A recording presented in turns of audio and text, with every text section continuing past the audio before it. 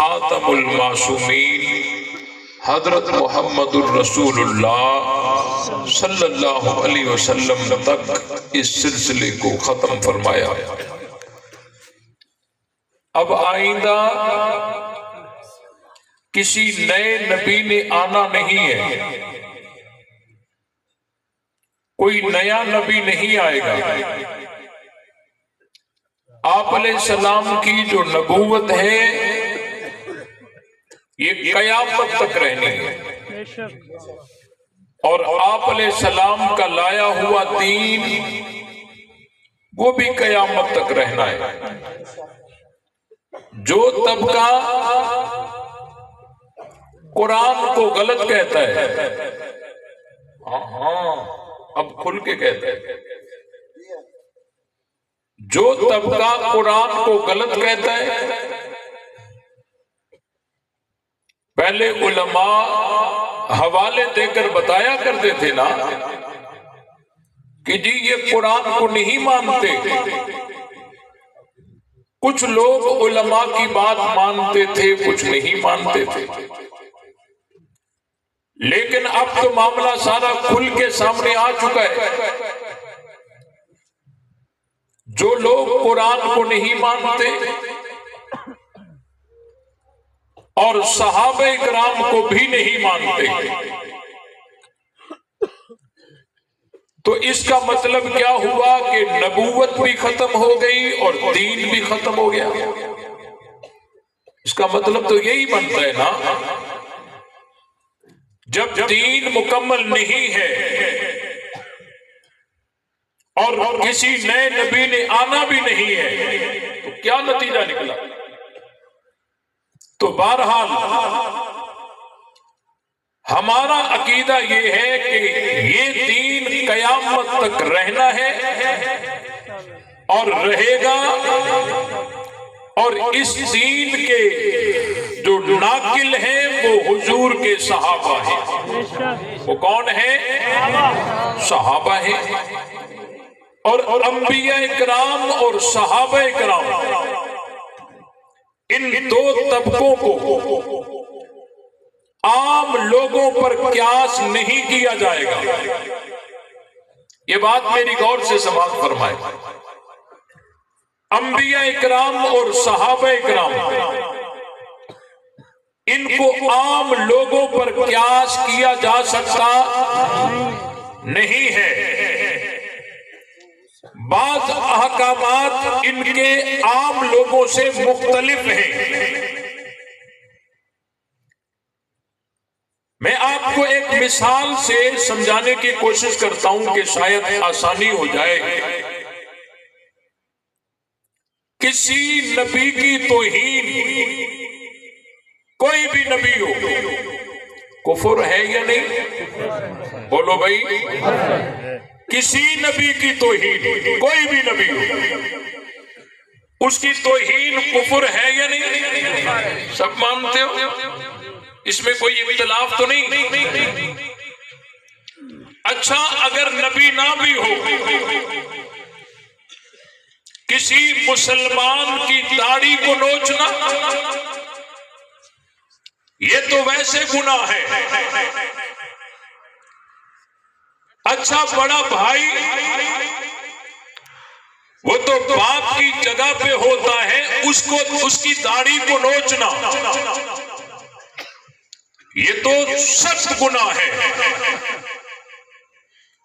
لیکن یہ سارے کام حضرت موسیٰ علیہ السلام کر رہے ہیں۔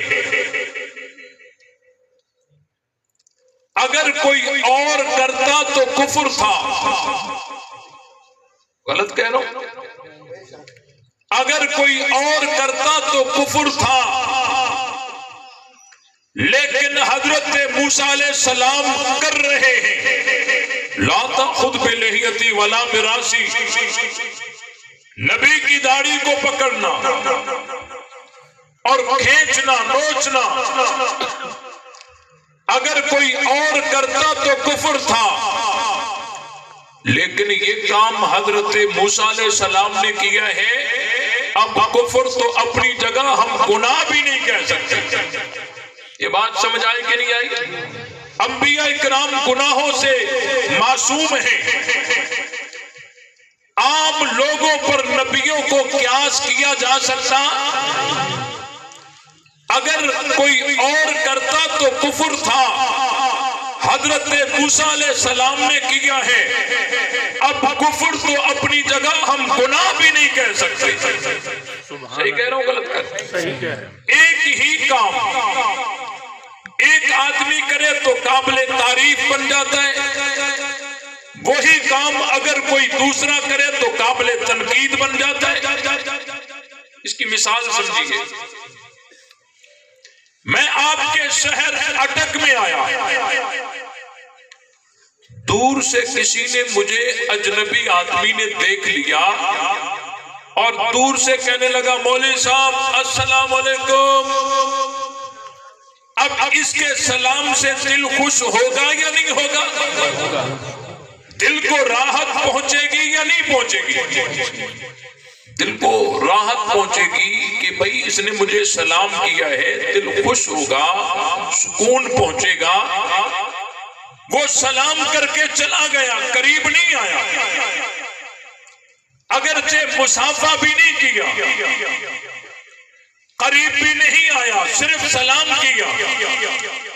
میں نے اس کے سلام سے دل کو راحت محسوس کی، 2 قدم آگے ہوا تو آگے سے میرا شاگرد مجھے نظر آیا اور اس نے بھی وہی کام کیا، مولوی صاحب السلام علیکم، سلام کر کے چلا گیا، قریب وہ بھی نہیں آیا، قریب یہ بھی نہیں آیا، مصافحہ اس نے بھی نہیں کیا، مصافحہ اس نے بھی نہیں کیا۔ یہ بات سمجھ آ رہی ہے؟ جی۔ اس نے بھی سلام کیا، اس نے بھی سلام کیا۔ اب شاگرد سلام کر کے جا رہا ہے، اب بھی دل خوش ہوگا؟ بولو نہیں، کام تو وہی ہے، کام تو وہی ہے۔ سلام اس نے بھی کیا، سلام اس نے بھی کیا، قریب وہ بھی نہیں آیا، قریب یہ بھی نہیں آیا، مصافحہ اس نے بھی نہیں کیا، مصافحہ اس نے بھی نہیں کیا، لیکن اجنبی کا سلام قابل تعریف ٹھہرا، لیکن شاگرد کا سلام قابل تنقید ٹھہرا۔ بھائی یہ کیوں؟ اس کے ساتھ جو میرا تعلق تھا، اس تعلق کا تقاضا یہ تھا کہ یہ میرے قریب آتا، مجھ سے کھانا پوچھتا، چائے پوچھتا، رہنے کی صلاح مارتا، مجھ سے حال حوال کرتا، لیکن اس نے نہیں کیا تو اس کا یہ عمل قابل تنقید بنے گا، اور اجنبی کرے تو قابل تعریف ہے، اگر شاگرد کرے تو قابل تنقید ہے۔ بھائی جس کا تعلق میرے ساتھ ہے، جس کا تعلق میرے ساتھ شاگردی کا ہے، اس کا معاملہ عام لوگوں کی طرح نہیں ہے، اور جن کو تعلق صحابیت مل گیا وہ عام لوگوں کی طرح ہو سکتے نہیں، ان کا معاملہ عام لوگوں کی طرح ہو سکتا ہے؟ انبیاء اکرام اور صحابہ اکرام اگرچہ ان کا آپس میں مرتبے میں تفاوت ہے، لیکن ان کو عام لوگوں پر قیاس نہیں کیا جائے گا۔ انبیاء اکرام کے لیے بھی بعض احکام عام لوگوں سے ہٹ کر رہے، پیغمبر کے صحابہ کے لیے بھی بعض احکام عام لوگوں سے ہٹ کر رہے۔ انبیاء اکرام ہو یا صحابہ اکرام ہو، یہ دینی شخصیات ہیں، دینی قیادت کا نمونہ ہے، قرآنی شخصیات ہیں، ان کو عام لوگوں پر قیاس کیا جا سکتا۔ اور توجہ رہے، آپ کہیں گے صحابہ کو نبیوں کے ساتھ آپ نے کیوں ملایا؟ بھائی یہ میں نے صرف نہیں کیا، اللہ کا رویہ بھی دونوں کے ساتھ مشترک ہے، اللہ کا رویہ بھی دونوں کے ساتھ مشترک ہے، اور اللہ نے دونوں کو رکھا بھی مشترک ہے۔ حضور علیہ السلام کو صرف معراج میں اکیلا بھیجا دکھانے کے لیے کہ ان جیسا پوری کائنات میں کوئی ہو سکتا نہیں ہے، وگرنہ نبی کا بدر دیکھو، احد دیکھو، ہجرت دیکھو، غار دیکھو، آج مزار دیکھو، دونوں ساتھ ہیں نا، نبوت اور صحابیت دونوں ساتھ رکھے ہیں۔ یہ اللہ کا نظام ہے، اللہ کا رویہ دونوں کے متعلق ایک جیسا ہے۔ اللہ نے قرآن میں فرمایا ان اللہ و ملائکتہ یصلون علی النبی، کہ بے شک اللہ تعالیٰ اور اس کے فرشتے نبی پہ صلاۃ بھیجتے رہتے ہیں۔ نبی پہ صلاۃ اللہ بھی بھیجتا ہے، نبی پہ صلاۃ فرشتے بھی بھیجتے ہیں۔ اللہ نے قرآن میں دوسری جگہ فرمایا هو الذی یصلی علیکم وملائکتہ، وہی اللہ ہے جو تمہارے اوپر صلاۃ بھیجتا ہے اور اللہ کے فرشتے بھی صلاۃ بھیجتے ہیں۔ دیکھیے ذرا نبی پہ اللہ کی صلاۃ، نبی کے یاروں پہ اللہ کی صلاۃ، نبی پر فرشتوں کی صلاۃ، نبی کے یاروں پر بھی فرشتوں کی صلاۃ ہے۔ ان اللہ و ملائکتہ یصلون علی النبی، ہے یا نہیں؟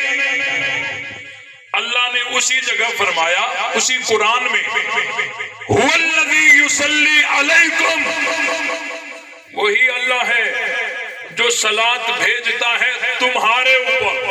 بھائی جب قرآن نازل ہو رہا تھا اس وقت جو سامنے تھے جن کو تمہارے اوپر کہا جا رہا ہے، یہ کون ہے؟ آواز آنی چاہیے، ماننے والے بولے، گرجدار آواز آنی چاہیے۔ بھائی نبی پر بھی اللہ کی صلاۃ ہے، صحابہ پر بھی اللہ کی صلاۃ ہے،